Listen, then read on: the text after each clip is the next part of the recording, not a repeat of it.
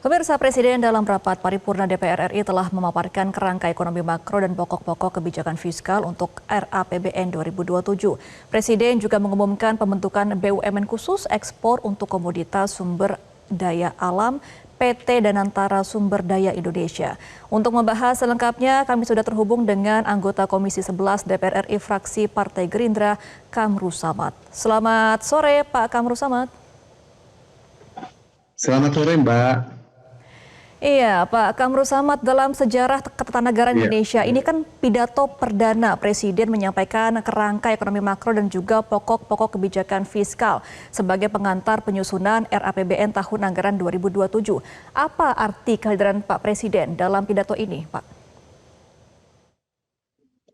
Jadi kita patut bersyukur ya, karena momentum Hari Kebangkitan Nasional 20 Mei ini betul-betul digunakan dengan sungguh-sungguh oleh pemerintah bersama dengan DPR untuk menyampaikan arah kebijakan ekonomi kita ke depan.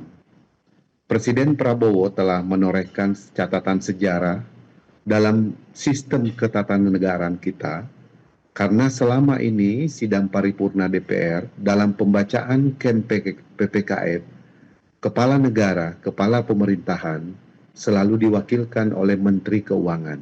Dan hari ini beliau sendiri yang langsung menyampaikan kerangka ekonomi makro dan pokok-pokok kebijakan fiskal RAPBN 2027. Apa artinya? Bahwa pemerintah memandang perlu untuk secara sungguh-sungguh menyampaikan harapan yang begitu besar kepada seluruh rakyat Indonesia bahwa pertumbuhan ekonomi yang ditargetkan 5,8 sampai dengan 6% di tahun 2027 itu adalah sesuatu angka yang bisa diwujudkan apabila mendapatkan dukungan dari seluruh lapisan masyarakat, khususnya sinkronisasi, koordinasi, dan bauran kebijakan dari berbagai kementerian dan lembaga, termasuk otoritas moneter, otoritas fiskal, mikroprudensial, dan juga dukungan dunia usaha. Yang tidak kalah penting adalah dukungan dari kalangan dunia usaha. Pelaku bisnis adalah faktor penting dalam mencapai pertumbuhan ekonomi yang ditargetkan 5,8 di tahun 2027. Yang kedua, kehadiran langsung kepala negara ini menegaskan makna strategis bahwa pemerintah terus memperkuat pondasi dan akselerasi pertumbuhan ekonomi. Dokumen PPKF bukan sekedar dokumen negara, tapi baginya di mata Presiden Prabowo ini adalah alat perjuangan kita untuk mewujudkan cita-cita kehidupan berbangsa kita. Karena itu beliau menjabarkan bagaimana target yang ingin diupayakan, penurunan angka kemiskinan, penurunan angka pengangguran, lalu menaikkan nilai kesejahteraan petani, nilai tukar nelayan, menaikkan indeks pembangunan manusia. Ini semuanya adalah indikator makroekonomi yang ingin diwujudkan di tahun 2027. Karena itu beliau menyampaikan pesan ini. Nah, langkah ini menegaskan juga komitmen kuatnya untuk melanjutkan reformasi birokrasi. Kita mendengar tadi bagaimana beliau secara sungguh-sungguh ingin supaya birokrasi kita lebih efisien, lebih efektif, kualitas layanannya lebih baik. Soal birokrasi yang kemudian lebih efektif ini, salah satu kebijakan yang juga diumumkan oleh Presiden ini adalah soal tata kelola ekspor sumber daya alam yang tadi ditunjuk akan dikelola oleh BUMN. Nah, kalau temuan dari Komisi 11 DPR sejauh ini, Pak Kamru Samad, bagaimana memang kondisinya, apalagi terkait dengan modus adanya under invoicing yang kerap terjadi dalam ekspor sumber daya alam?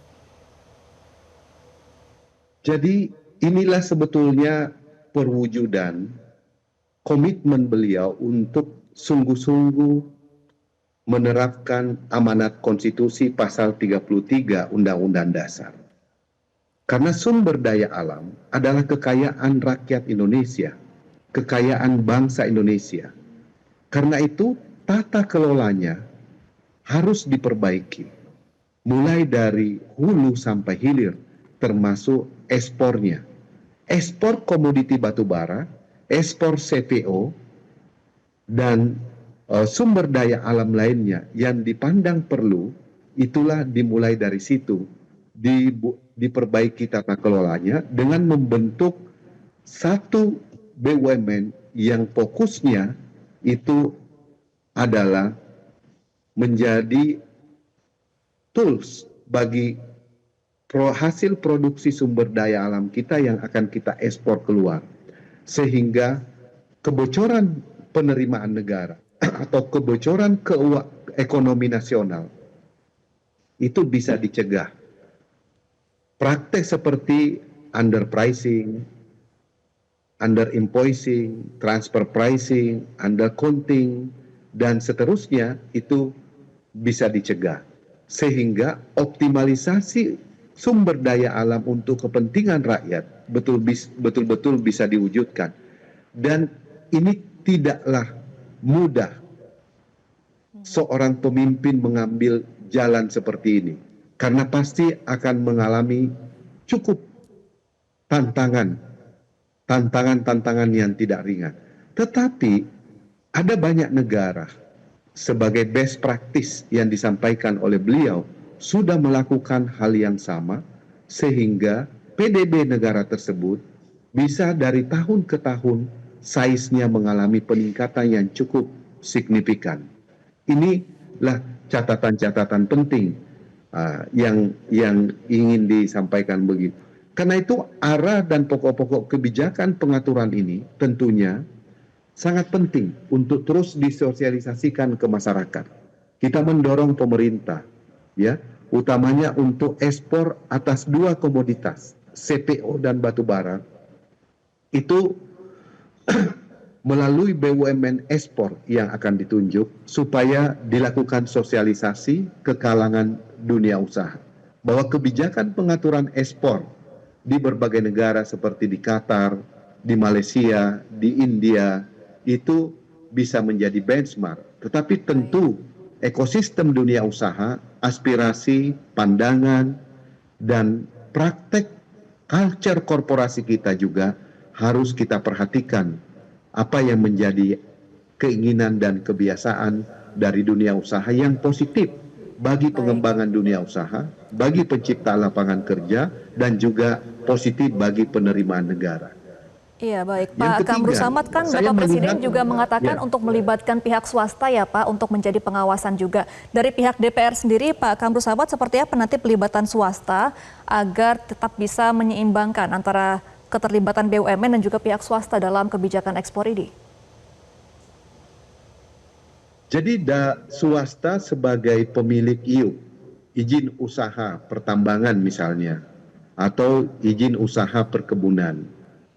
Swasta sebagai kontraktor mining, swasta sebagai pelaku di jasa transportasi pengiriman hasil sumber daya alam ini. Lalu kemudian swasta yang menginvestasikan modalnya, ada yang diberikan pembiayaan dari perbankan, ada juga pembiayaan dari private equity atau dari sumber-sumber lembaga keuangan lainnya. Ini tentu pemerintah harus memberikan ruang yang terbuka bagi peran swasta supaya pelaku usaha ini mereka memiliki kepercayaan diri untuk terus melanjutkan bisnisnya di sektor pertambangan sekaligus di sektor perkebunan, khususnya komoditi sawit. Karena yang dicita-citakan adalah Indonesia Incorporate. Indonesia Incorporate memang adalah sebuah cita-cita luhur yang harus kita dukung bersama. Yang dimana ujung dari sebuah cita-cita itu adalah untuk kemakmuran rakyat Indonesia. Nah, karena itu persetujuan ekspor untuk CPO, kemudian laporan surveyor, kemudian eksportir terdaftar. Ini adalah instrumen-instrumen yang nantinya harus disosialisasikan mekanismenya. Mulai dari yang saya sebut tadi, eksportir terdaftar, batubara, kemudian itu biasanya diterbitkan oleh Kementerian Perdagangan berdasarkan IUP dari Kementerian SDM, lalu kemudian laporan surveyor batubara, biasanya hasil kegiatan verifikasi dari penelusuran surveyor terhadap komoditas batubara yang akan diekspor. Kemudian CPO, juga demikian harus ada persetujuan ekspor untuk CPO. Baik. Nah, PE untuk CPO ini diterbitkan berdasarkan hak ekspor diperoleh setelah perusahaan melaksanakan domestic market obligation DMO yang selama ini diwajibkan diterapkan oleh pemerintah. Nah, jumlah persetujuan ekspor ini selama ini yang telah diterbitkan atau masih aktif pada sampai dengan Mei 2026 itu mencapai 11.454 persetujuan ekspor dari 76 perusahaan. Nah, kita ingin 76 perusahaan ini betul-betul memahami rencana tata kelola yang akan diterapkan oleh pemerintah supaya tidak terjadi resistensi. Begitu, Mbak. Baik, artinya Komisi 11 DPR tentunya kita masih menantikan ya bagaimana tanggapan dari fraksi yang nanti akan dibacakan di hari Kamis juga. Tapi tentu peran dari Komisi 11 DPR tentu sangat penting ya Pak dalam kebijakan ekspor terbaru ini. Terima kasih Pak Kamrus Samad, anggota Komisi 11 DPR RI sudah bergabung di Newsline Metro TV. Jelajahi cara baru mendapatkan informasi. Download Metro TV Extend sekarang.